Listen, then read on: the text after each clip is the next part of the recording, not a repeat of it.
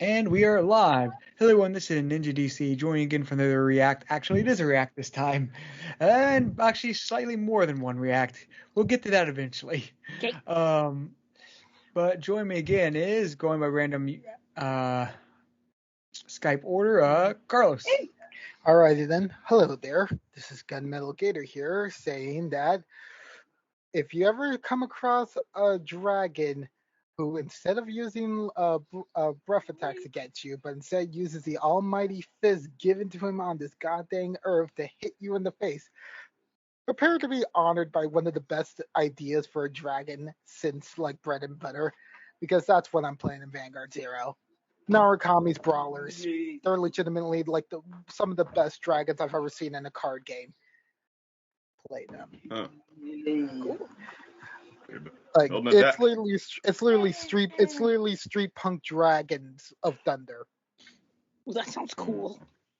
All right. Yeah. Next up, Jen. Hello, I may be first, I may be last, I may be eating a hard-boiled egg with a jalapeno on it. I may even be late for dinner, but I am first and almost and always Jen. Hello, everybody. Welcome to this Monday React. Hello, Jen. Hello. Hey, Jen. Hello. And then next up, the power couple. Hello, everybody. How you all doing? It's us. Good. The second opinion Daylover second day has arrived. Yay! And you who don't like it, better y'all get out the way. Woo! Get out the way. Just get out the way. Just get out the way. Oh, Dan Tucker, you're too late to get your supper. All right. So, anyone to go with updates first before we move on to the reacts? I'll go first. Get this out of the way. A little personal update with me. I am going to be making my first ever debut as a voice actress in a wonderful project called My Little Ace Attorney. Look it up on YouTube. I'm not going to say who it is because I want to be surprised. But yes, look, I just want to bring more attention to the actual project itself because it's really, really awesome. So if you like Ace Attorney and you like My Little Pony, this is up your alley. Woo! Yeah. And yeah, my first ever debut in it, so it's exciting. Well, technically second debut because we did do that one. We all got together for that one voice acting script for each time. Yeah. So that'll be like second. That'll be like second voice acting debut. Yeah, but first, I guess true voice acting in an animated thing. Mine wasn't really animated. Yeah, there we go. First enough. ever in an actual animated thing. Hey, let's see. Speaking of which, the Rift Cafe's PMV, 'cause it's nightmare night again. Got you running through. Yeah, that is now on the Rift Cafe channel. I get to roll in it. It's not as much fun as the role I had in the what was it called? What's that game? One of Us. Among Us. Thank you. Not as fun as the role I had there. They let me improvise with few different points, which I was still exposition heavy there, but I got to go on a while, throw some of my own twists at it, yell at people and shock the bejesus out of people and stuff like that. This time, mainly just an exposition stick, but the PMV is really fun. Hope you all check it out. Sweet. Woo!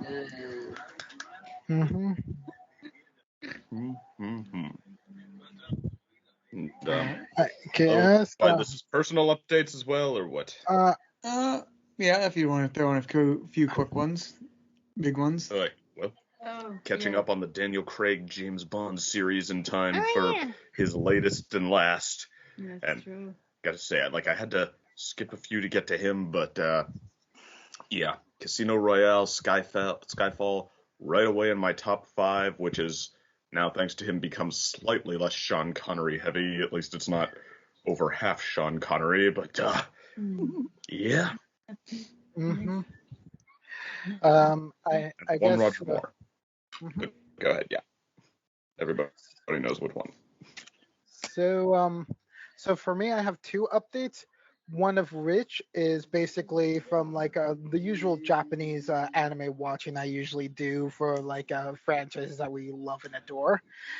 Digimon Ghost Game seems to be the one that's still picking up interest in week 5 of its airing and such, despite it no longer being in October.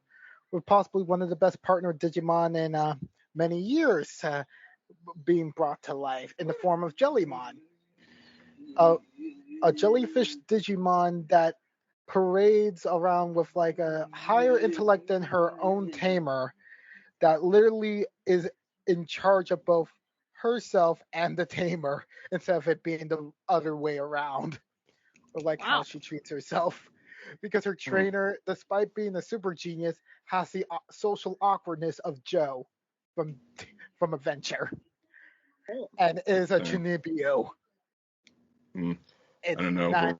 Were Mimi and Palmon a case of the Digimon being smarter than its owner? No, Mimi and Palmon, they never really had superiority over each other. It's just Mimi was bratty in the original adventure. Meanwhile, in the reboot, Mimi was basically the main attraction for the reboot, as in like the only thing worth talking about. God. But like Jellymon, like herself is not like the only shining star, like because like the rest of the cast is such like an intriguing group of Digimon tamers and Digimon partners themselves. It's like it all come out like with like only with like Gamamon being the only one that seems to be like a bit of a recycled idea, sort of like taking a bit from like Guilmon being more like of an infant, or in this case a 4-year-old, with like being treated as like the little brother to the main character. Meanwhile, we have the rabbit and Golemon, who's basically the wise mentor, the big rabbit for like the girl tamer. Big rabbit. Yeah. Yeah, big rabbit. Yeah. Wascally Wabbit. Rabbit. And then Jellymon herself is just like, oh, I'm the one carrying the assertive personality amongst ourselves. Yeah, like, I'm forcing you to become a tamer now because I find you intriguing. It's like, dude, if this wasn't in the season, you would have been clearly the antagonist. I love this. She was the one that willing to do NFTs legally and nearly destroy the economy in her premiere episode. I mean, serious. Wow, they went in, didn't they? Yes. Literally, like one of the old devas from Tamers literally had to come in and literally was about to rain divine judgment on the last Tamer and Jellymon for like their transgressions because of like them like negatively affecting the economy. Oh, okay. Yeah. This is why I really enjoy like the Ghost game. Like right now, it feels like this feels like a much more entertaining version of the beginning for Digimon Tamers. And it's still not like similar to be like a copy and paste, thankfully. So if you're interested in a horror-based Digimon season that sometimes doesn't feel like Digimon, Ghost Game after 5 episodes is still feeling like fresh and innovative. I feel like we're getting back to the golden age for Digimon now, with this after years of nostalgia pandering, because they needed that in order to get back into the marketing game. Gunmetal Gator likes Digimon. Woo! There you have it. And then the last thing was about Netflix with Maya and the Three, which is a Jorge Gutierrez production. And if you don't know who that person is, might I remind you of a certain Nicktoon by the name of Manny Rivera, The Adventures of El Tigre. That guy. Made a Netflix cartoon. It rings no bells, unfortunately. That's where I have seen clips of that one. And then also, he also directed The Book of Life all the way back in 2013. Now I remember that one. Yeah. Just imagine like that same work for like a Maya myth for the Aztec society about like a girl trying to gather warriors in order to defeat like the god of war essentially Ooh. from basically crossing over and like destroying all of her homeland. Ooh, that sounds interesting. Yeah, it's basically like Mexican god of war. That's how I would describe the series. Hey, sounds How good. does that crossing over and destroying the homeland thing make me think of Kubo and the Two Strings? Yeah, or any anime ever. Love that movie. Love Kubo. Oh yeah, and also Maya and the Three is also a happy guess of like being one of the shows that features an amazing crocodilian representative for their show. Amazing crocodilian? Oh. You know? Oh, again. As in the goddess of crocs herself is in the show. I'm not joking. When I saw that, I was just like, there's a crocodile goddess? yes. Yes, there is an Egyptian war. Not no. I said crocodile goddess, not god. That's Sobek. You're confusing the gods. Mm-hmm. Oh yeah. It's Shipati. It's Shipati. Her name is Shipati. Chapati. Yeah. She's like Segment, the lion one. Or rather, eagle one. But this sounds like fun. I love mythology. Oh yes. All right. So then. But yeah, I guess to go in my quick thought stuff. Haven't been up to much. I think the only anime I watched through was Dragon Goes House Hunting because it was one of the few dubs I was fully caught up with.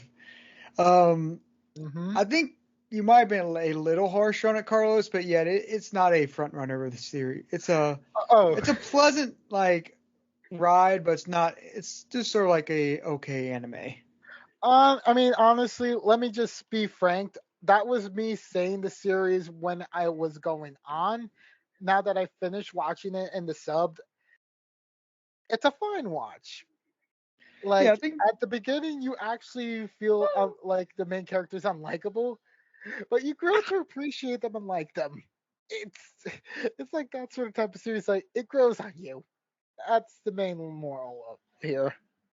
Yeah. I mean, yeah, I had that rhythm. I feel it could be more focused, but it was an enjoyable, unique thing.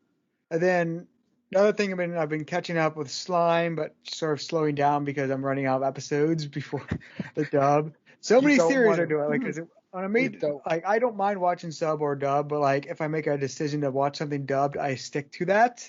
Yeah. Which Funimation's release schedule as of late has been rather frustrating. Simu dubbed my butt.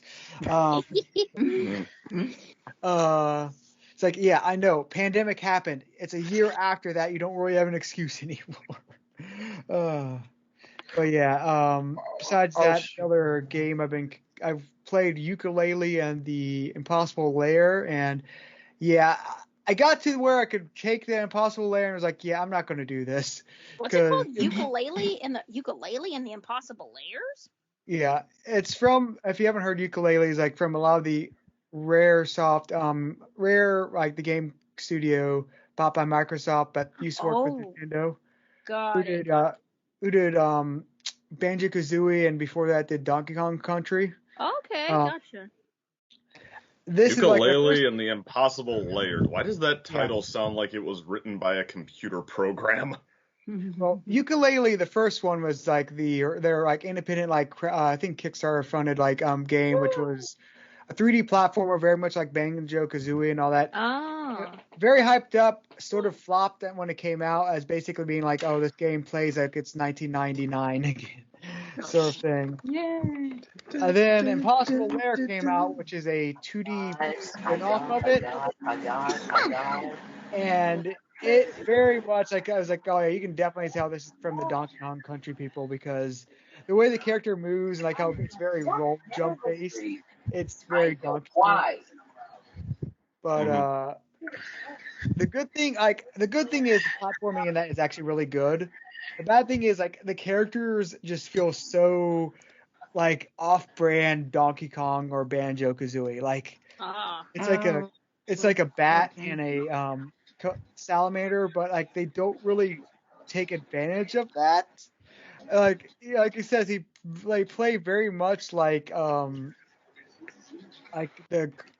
Donkey Kong from Donkey Kong, and so like how it's very like how they run and jump, and just the like villain and all, it just feels very generic. It's like an evil bee, and yet it's like it's very weird. The platform, like I said, is actually very well designed. It just feels like it's the coding, like the characters around it, are not as good as they probably should be.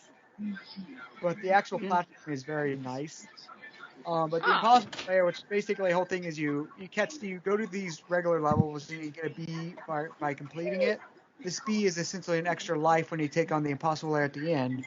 So you try to get at most like 48 Bs. I only got like 40 or so, and like they're just extra life, so like hits you take for the impossible layer, because impossible is where it's like, okay, I'll get to it, but I'm not going to complete it because WoW is like a 45-ish minute like level where there's no continues or anything. It's like a straight run, and it's very everything is literally trying to kill you. Wow. So, It sounds like 2020. Yeah, it sounds like Undertale or something else. No, it's a very like it's like wow. I knew it's like I could probably do this, but it'll take at least like probably I would say 20, but realistically 40 or so dedicated attempts. Each one being like 20 minutes if it's a good run. So it's like, yeah, I respect my time to know I should probably tap out now before I actually hate this game. It's like getting the true ending of what's the game called? Hollow Knight. I got up to where a true ending was, and like I just couldn't beat the final boss, and it's like I could probably beat him, but it's gonna make me hate this game. I really love this game, so I'm not gonna do that. I'll just watch the ending on YouTube. But yeah, anyway, that's what I've been up to. Now on to the news, which I really only have one news subject because I want to quickly jump into the React. It's more of the playoff is like, yeah, after much speculation and sort of disappearing for a while, High Guardian Spice, Crunchyroll's original magical girl show, dropped on there. And it is their lowest rated original show by fans. Wow. Am I not surprised? Yeah, this show got controversy by having a very Tumblr focused like creative thing. It's a very like the fan base was very the show's creators were very political, and that's how they introduced the show, which didn't really earn them much fan love. Right. Also in general because it's a cartoon on Crunchyroll. Very clearly like a what's the word I'm looking for? Cal Art style cartoon on Crunchyroll. Wasn't really doing any favors to begin with. And now it finally released, and my expectations were basically it was going to be like I won't say knock-up, but just basically a lesser Steven Universe, as in going after the same ideas, but just without the same creative genius as Sugar. It fell well low my expectations from the clips I've seen. When you say Sugar, are you talking about like a snow fairy named Sugar? No, Rebecca Sugar, the creator mind of Steven Universe. That's why I expected the show to be sort of like Steven Universe, but just sort of like with a not as good as creative mind as Sugar behind it. And that's like sort of what my benchmark was. Sort of like how like that Thundercats reboot is sort of like a lesser version of the Teen Titans Go. I was like, yeah, they're trying to copy that formula that's even lesser than that. That's sort of bad analogy, but like I expected it to be sort of like that. Show. Wait. How come you didn't mention about the comparisons to Hard Guardian Spice with Ruby? Oh, I haven't mentioned that. Because there's so many controversies with that. We don't have time to go into. Let's just say it's very controversial before it was announced. Yeah. We're going to, like, after Carlos has a video he wants us to react to first. After that, I'll show 2 clips to show you the quality of this original show, which is a professionally produced Crunchyroll original animated show, and yeah, like the bar I had was low for it. I tripped on the bar from what I've seen. Oh my god. Oh my god. All right, so with that said, I guess stop right now. We're going to be jumping to the reacts. All right. Okay. See you on the other side. When we See you on the end other on a side. higher note, hopefully, with Helluva Boss discussion. Yeah. Oh. And it's live. All right. And just like I was saying, like, yeah, this episode sort of hit me differently. And also, this is sort of prelude to that. Yeah, let's just say, yeah, I remember, like, I would say contrasting is like, yeah, the High Garden Spice was a thing from a professional, like a $1 billion media company. And this is Helluva Bosses from a fan-funded episode. So, yeah, who's got, where's the quality? There's some there's quality. Some quite. Yeah. But yeah, just to move on to the actual, like I said, the things. Like, yeah, this episode was different because it doesn't feel like it's as like it was more serious and like not just in terms of like content, but in terms of like this was a very character focused episode, like development and past. So yeah, and it's also part one. It's only like the first part of like a finale, so it's clearly leaving stuff open for the next bit. So what are your all thoughts? Sure. It's definitely one of the most tearjerker episodes I've probably seen for like a main character that like at the start of watching like the pilot just seemed to be like a fun character with dysfunctions, only then to realize after a year later after the show officially starts airing, it's like I relate to this character so much more than I thought I would have been, and I feel your pain completely. God dang it. Yeah. I actually feel more for the owl, but I'm just weird. Granted. And I mean, okay, there are two kinds of, mean, crude, tasteless. There's the, South Park, like, okay, you clearly think that, being dude gives you power, and you've found a way to thrill people with that, more power to you, and then maybe grows a little bit of a heart sometime. Steal Madonna quote about how everybody who lives in filth or lives in wisdom eventually wants the other one at some point, and insert here. But that aside, there's the other kind, which is, like, okay, you clearly think it's fun, you've clearly found a way to have a ball with it, but you're not gonna disguise it for long. You people are absolute sweetie pies at heart. And like, I think you always had a sense of that underneath Helluva Boss. Like, there was a level on which it had a little bit of a heart, and that, like, I think that was on some level the intention underneath it all, and it was sometimes better disguised than others. Like, in fact, I think why Cherubs is my pick for worst episode is because it tried to veer hard opposite of that, and it came out as like, mainly like attempts to be, harsh on stuff that we've all seen before, and just like a little outside their best wheelhouse, where, stuff like dorks, clearly felt like what they were building towards what they kind of wanted to be doing with, these characters. It's like, okay, we can have lots of fun with them, we can have lots of, like, wild gore and nonsense with them, but, we, it lives or dies by how much we're willing, and from how it's written, able to care about what they're feeling. And I think this is the episode where they finally let, like, what's the word? They let the pretense slip away, and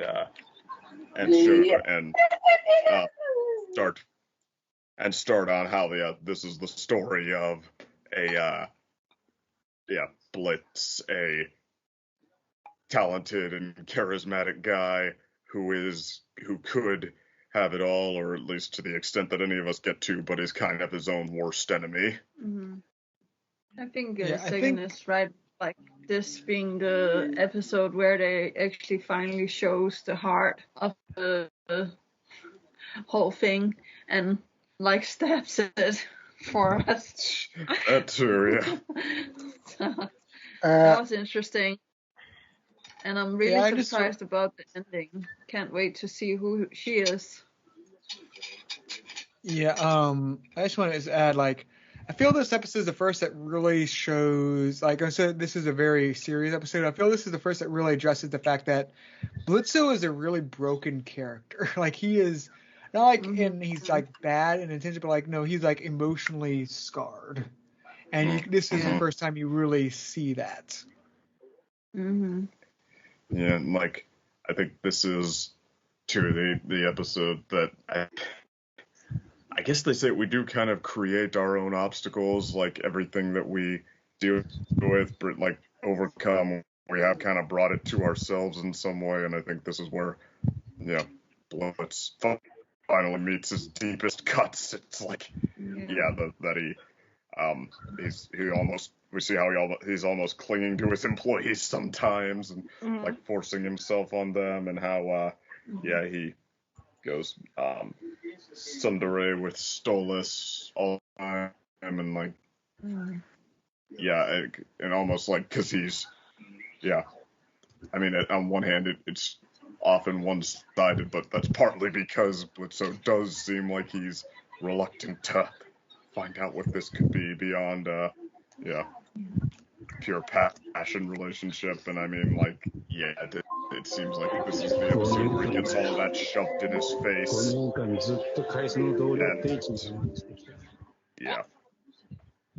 and he can't, like, numb himself to it anymore. No. At least not for this night. Yeah, I also think, like, he's always been admiring the relationship that the two hours have, even though that he doesn't want to admit it. Like, that's the form of love that he once had or wants to have again. But if he's not letting the owl in, then it's going to be really hard. I have a hard time believing.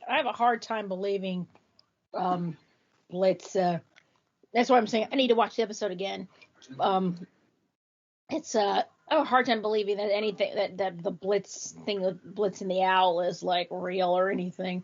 But also, I'm still of the belief that Blitz is just he just wants to get his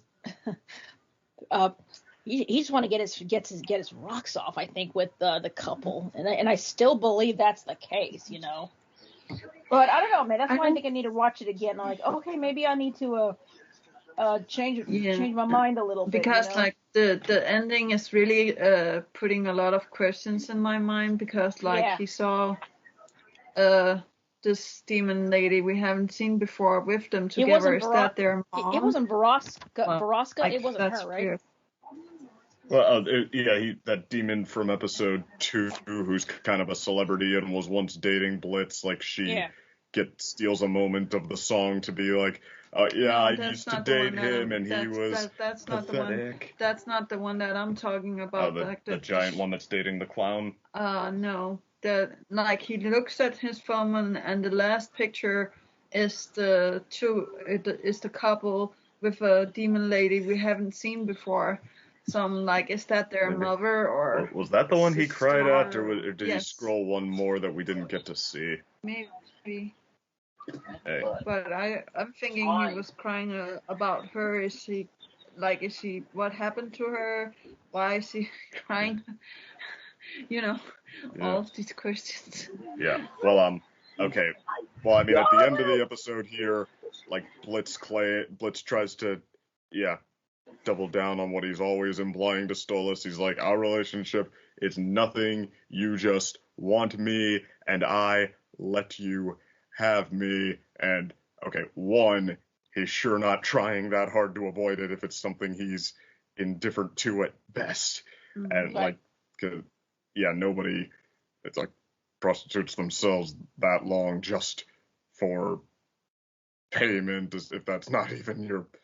Plus, we saw at the end of Dorks that, like, yeah, when he was in a much more positive place, he was willing to, yeah, give it back to Stolas a little bit, whereas now that he's in a very, yeah, dark place, he shells up and, like, yeah, doubles and triples down on, we don't have a relationship, and then I don't know if, like, what he wants is what Moxie and Millie have per se, but what the episode says with that, like, that's clearly his obsession throughout this thing. Yes. He has this fixation on them, and, like, I don't think he wants to, like, be them per se, but, like, he spends the whole episode trying to leech off them a little bit. I mean, it starts out, yeah, hey, we just had a great mission, and now we're gonna hit up the dive bar, and it's gonna be my treat, and I mean, that's all normal, but as it goes on, and he can't, like, drop it with them,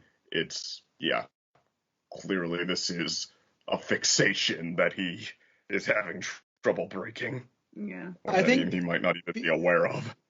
I think before it was sort of played for, I mean, it's been sort of played for laugh how he basically always is stalking and watching them. And I think like here is the first time we get a, the pilot and, but I think here it's sort of like shown in a different light where it's less comedic, and here it's, we really get, at least the way I interpret it is like, you go to sort of see that he's doing that because he's sort of living vicariously through them. Like he does sort of want what they has, but sort of doesn't believe he can get it for himself. So he wants to sort of like live through them. If that makes sense.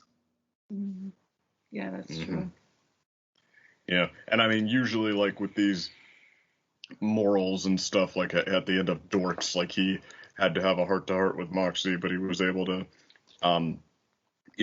see at the end of like, ooh, that was too much feels for one day. I hate when that has to happen. Let's cause some blood fountains to explode here, huh? But like, this is, one of those episodes that doesn't end with anything to throw in the way, like what kind of should happen, quote unquote, unfortunately does. Like Moxie and Millie come out okay because, Moxie has someone to stand up to him and for the right reasons, and Blitz and Stolas kind of have to eat it, and their biggest quote unquote reward is a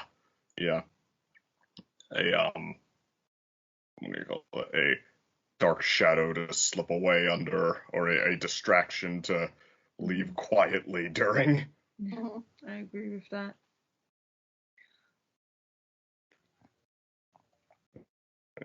And then, they have to sit on, like, the stuff they usually ignore or they try to stay numb to, I guess, Stolas, that he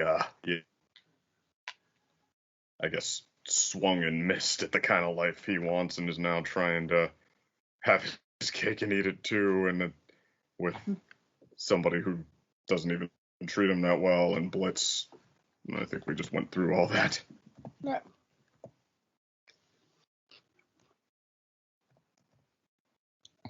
But anyway,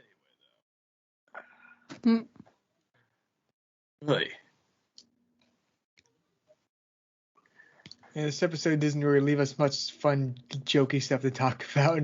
No, this was like super serious. It didn't like really. The only jokey thing was the last song. I thought that was a little funny, and also the waitress with like, get your, what are you getting? How they come back through the portal at the beginning, and it's okay. We killed a whole lot of lumberjacks, which was also the thing from the Cherubs episode, and I think also happened in not the pilot, but episode 1, where I think she's not a hero lady was married to some kind of woodcutter or some kind of beefy muscle guy who did things in the forest. Like, Vivi Pop, what is your beef? You and lumberjacks. Yeah, she likes lumberjacks. Yeah, she likes to kill them. Hey. Yeah, I also think like it was really development for like them as a couple too, because like now we can really see like they are really, in love with each other and all of that good. We have never been in doubt of that before. I'm just saying like it's nice to see how pure it is, because like the other episodes have been a little like, yeah, there's always this dark extra. Oh, you mean how like nasty as they're trying to do stuff. that, like other episodes have tried to not let that have the spotlight for too long before Yes. throwing other stuff in the way. Yeah, Or this also get less to get did too it much. too, but it came back to it. Yeah. Well, I mean, like, yeah, that's kind of true. I mean, honestly, yeah, in spite of that, like Moxie and Millie never really changed their tune. It's implied that, I mean, in a weird way, the whole world, we all are kind of our own worst enemies. We like, yeah, almost afraid if we stay on the, yeah, happy, goody, mushy note for too long, that's going to go wrong. Something's going to ruin it. So we're like, yeah, It's never going to ruin it. I know, sweetheart. Mwah, mwah, mwah, mwah, mwah. Yeah, He we don't gotta ruin throw you something. kids. Come on. Exactly. We don't need Just Moxie like and that, Millie we gotta in throw real life something here. adult. Exactly, the riffing, the jokes. We gotta throw something in the way because We have we our can Moxie never and Millie. trust We have this our kind of Moxie. stuff to carry the screens for too long. Yeah, that's us.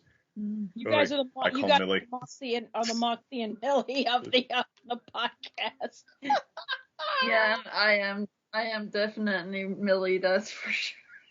Then who's the Yeah, Blitz? probably. Then who's the Blitz of this? All right, I demand. All right, all Well, right. DC all right, you is our lovebirds, Helluva I demand- Boss. All right, you lovebirds. I demand a Moxie and Millie cosplay now. Oh, That's a good idea. that's a good idea. We'll follow up yeah. on that. I actually have horns, so I could do that. Yeah, but I mean, like, yeah. Plus, well, but I don't remember what I say. Yeah, sort of lost my train of thought. But yeah, outside looking at, I mean, there is a reason that stuff doesn't get to carry the screen for too long. If it is really that personal, like just between you two, then yeah, it's not exactly a ton of fun for everyone else. But yeah, in this case, it was the kind of thing. Moxie singing a song that's like, yeah, coffee shop amateur hour love song. I mean, it was like, it was not good per se, but like it was perfectly tolerable, fine. And I mean, he has his nice voice and all that, and yeah, like I think most places would have just let him finish so they could move on.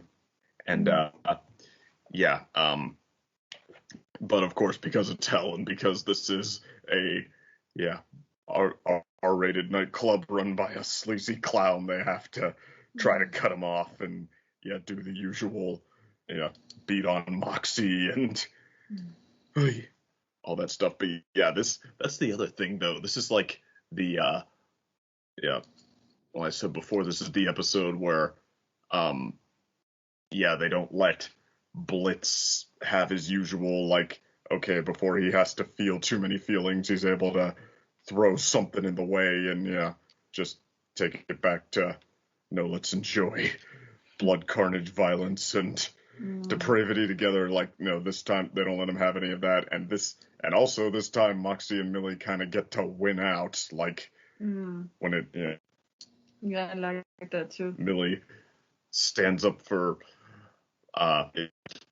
she stands up for Moxie, but only for Moxie, not Blitz. It's like, this douchey clown is challenging everybody's, what would you even call it? He's like, relationships.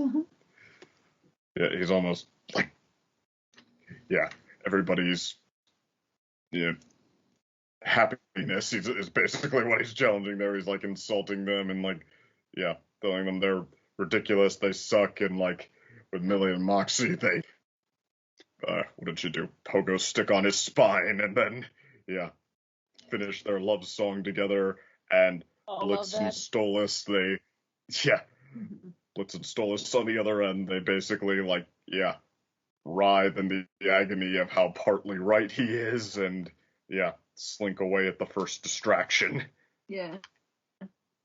This is also the first time where like comments to Blitzy he have taken it too hard, because other times it's just like either gone over his head or he had been like defending himself. Yeah, well, I mean, that's like where you kind of feel bad for Stolas. He's like, he's legitimately trying to make things good at the end. Like, he's trying to help, he's trying to make things better. He's even kind of suggesting, like, healthy things to do. And, you know, Blitz, he can't let go of his misery, essentially. He can't stop standing in his own way. Also, it's like relatable to when he was on the couch and watching the, and then your crush calls you and you're like, oh my god. Oh, did you have lots of moments like that in Denmark? No. Yes, I was waiting on you. Okay, so this is the episode that the couple clearly likes to analyze, but does anybody else have any thoughts? Nothing really else that really comes to mind. Like a lot of YouTubers have theorized, and like many of their claims were actually proven true, which was just like, wow, so much vindication for all the theorizers for the early episodes. Are just like, yeah, they kind of like foreshadowed all of this. You actually caught on. But like, yeah, whole thing about like the last picture, and then also about like what Fizzaroli is to Blitz is something like akin to like maybe like something like a not like a blood related, but maybe like something like a brother, like a partner in crime, for like doing like acts before something went horribly wrong with these two, which was like probably like the second tragedy for Blitz after whatever happened with his family initially. So yeah, that's just kind of. That's a good point. Did we ever get any hints at what happened with Blitz's family? I don't know. That's a good question. Yeah, maybe the last picture was his mom and him and a sister or something. We have to watch it again. Just to see that still shot. Yeah, looking for details. Yeah, I think the issue with the because I feel this episode sort of feels incomplete, but that's really sort of because it is just part 1 of 2. And what I mean by that is just sort of like especially the song sequences. That feels like, because the songs when they kick off take up like half the episode, but they just sort of don't have a resolution, if that makes sense, to what's going on. So it just sort of feels like this really is just part 1 and part 2. Like you can really feel that. I don't necessarily mean in a bad thing, just sort of in the present, you can just sort of feel that, because probably part 2 is going to really complement this. Yeah, well, I mean, like, as the story of, like, Blitz trying extra hard to leech off Moxie and Millie and getting his heart, I was going to say ripped out, but, yeah, more like, stabbed in a very particular sore spot for him, but, okay. Right in the butt. And then, they stabbed his heart in the butt. Exactly. But, yeah, as the story of that, I could have accepted it as just, like, kind of like with Dorks, like, okay, that's going to come back, except more heavily implied this time. But, yeah, as part 1 of a finale, I mean, yeah, they clearly have a lot of hurt unresolved here, so, yeah, it feels like there's a lot of stuff left hanging now, that if this is, an episode with the finale label on it. Most definitely. That, yeah, we're gonna have to get some resolution to whether that resolution is going to be good or bad. Carlos, usually plugged in. Do you know, did they give a release date yet for this part 2, or? No release date yet. All right, I usually plugged in more to the dates and all that. So it's like, but yeah, I didn't know yet, but I suspect we'll probably get the second part before the end of the year, is my guess. Hopefully, yeah.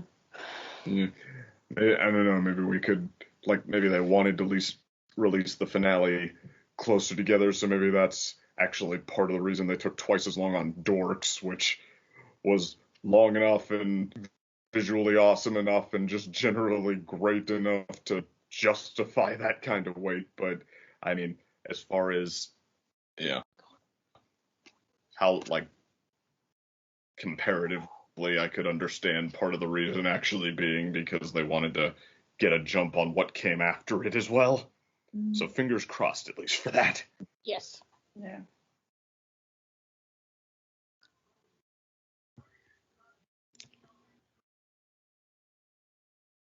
All right. So I guess with that said, any other final thoughts before we head off for tonight and wait for the resolution? Nope. Just another fun with Helluva Boss. Yeah, that was a really great episode. Yeah. High dose of quality. And I like the new characters, like the big, what was it? Like the evil boss character singing.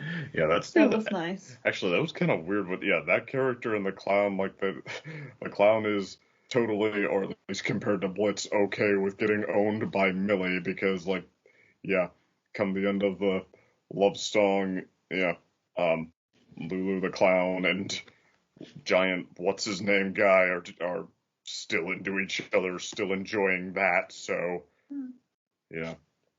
like I said, they let this be an episode where you can't hide from who you are on some level. Oh yeah. And they have that to console themselves. That is true, yes. Like too much. It's like too much feels. Yeah, really. Actually, they left Luna off screen for a lot of this. Like her big contribution to this episode is not being there when Blitz gets home. Leaving him a note that she's out at some party that also doesn't include him. So you almost wonder, like, if the next episode is going to be like, okay, Blitz's reckoning, come to terms with what's eating him. Right. Yeah, with what ails him, if she's going to have more of a role in that with, like, either a sweet reconciliation or putting him away. Like, I'm not here for you to feel like you have feel like you matter or whatever. Yeah. Also, just for continuity, like she went to a party with the one other hellhound that was introduced in that one episode. Yeah, the one who works for Blitz's ex, who has a song that has a verse in this episode. A verse in the song in this episode. Yes. Yeah, and to give her credit, like, from what we understand of the relationship, Blitzer really was the one that sort of was at fault in that one. Yeah. Right. She's a piece of work in her own right, but in terms of the relationship, that seems to be Blitz. Right. Yeah. Oh yeah, lots of bitterness there, and then again, she did have what was it? She seems like she's pretty hung up on that herself to keep bringing it up, like, despite the fact that she should be the one who moved on, or she seems like the one who's moved on to better things. Most definitely.